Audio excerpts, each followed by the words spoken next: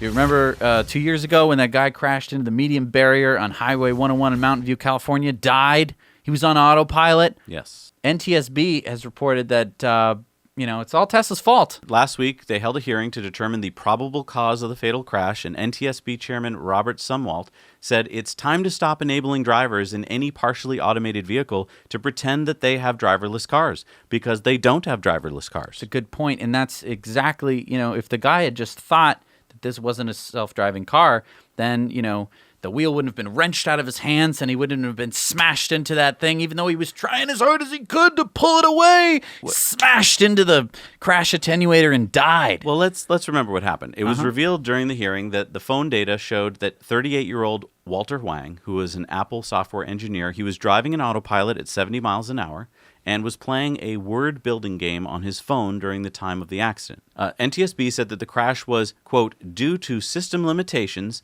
and the driver's lack of response due to distraction, likely from a cell phone game application and over-reliance on autopilot. So, okay, wait. So it's not like he was using autopilot like you're supposed to, paying attention to driving, you have your hands on the wheel, right. You're ready to take over at any moment, and autopilot smashed his car. That didn't happen.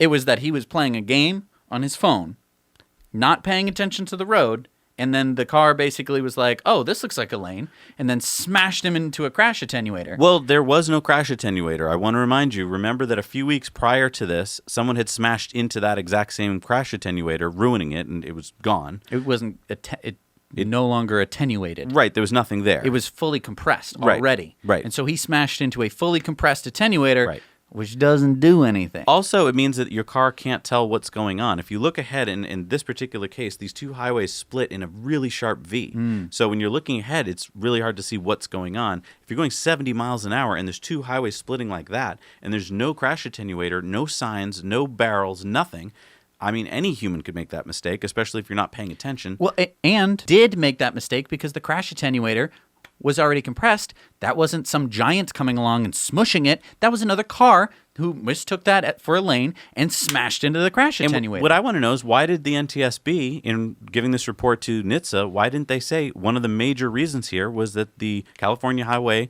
Department didn't fix the attenuator? Right.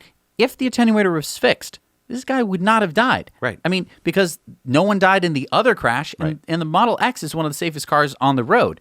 I mean, there's nothing that's going to prevent you from dying if you smash into a concrete wall going 70 miles an hour. I just want to mention, if anybody was driving in any car and wasn't paying attention and they were texting or playing a game, this would have happened to them. So pointing out that due to system limitations and an over-reliance on AP, people are over-relying on lots of things nowadays when they drive along looking at their phones. They're relying on nothing. They're basically being like, oh, I'm actually a really good driver. Right. I'm just going to be on my phone. It's okay. I'm just driving. It's okay, but I want to see what's going on. And then they get into accidents. And it happens all the time. Yeah. And this guy has autopilot. Now, should he have trusted autopilot? No. And nowhere in the literature does it say, like, you may trust autopilot to play games on your phone.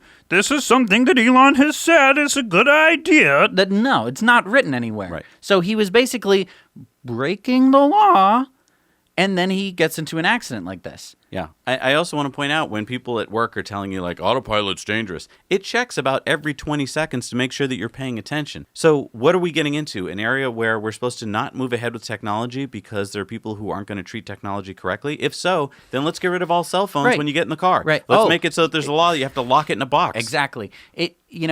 That is because that was the culprit here. If he wasn't playing a game on his phone, or if he wasn't distracted by something else, right, he'd be alive. He'd be alive. Now, should he have been distracted? Like, oh, this enables him to be distracted? No, I am in autopilot a lot of the time, and one of the nice parts about it is that I can actually swivel my head around, just take a quick peek at someone. What are they doing? I've seen people watching YouTube videos. I've seen people, doing the normal stuff, eating, driving with their knees, doing their makeup, all of the different stuff. You see them distracted, but most of the time they're texting, right? So if there's one takeaway from this, it's the phone. It's not the autopilot. Right. Thanks so much for watching this Now You Know clip. Head over to Now You Know channel for full episodes of Tesla Time news and in depth. And if you want to treat yourself and your family to something amazing, check this out. Jesse and I have been enjoying Masterclass, where we've been learning all sorts of fun topics from the masters themselves. Chess from Garry Kasparov. Scientific thinking with Neil deGrasse Tyson. Space exploration from Chris Hadfield. Design and architecture from Frank Gehry. And so many more. Click the link down below to support our channel and experience what it's like to learn from the masters at Masterclass.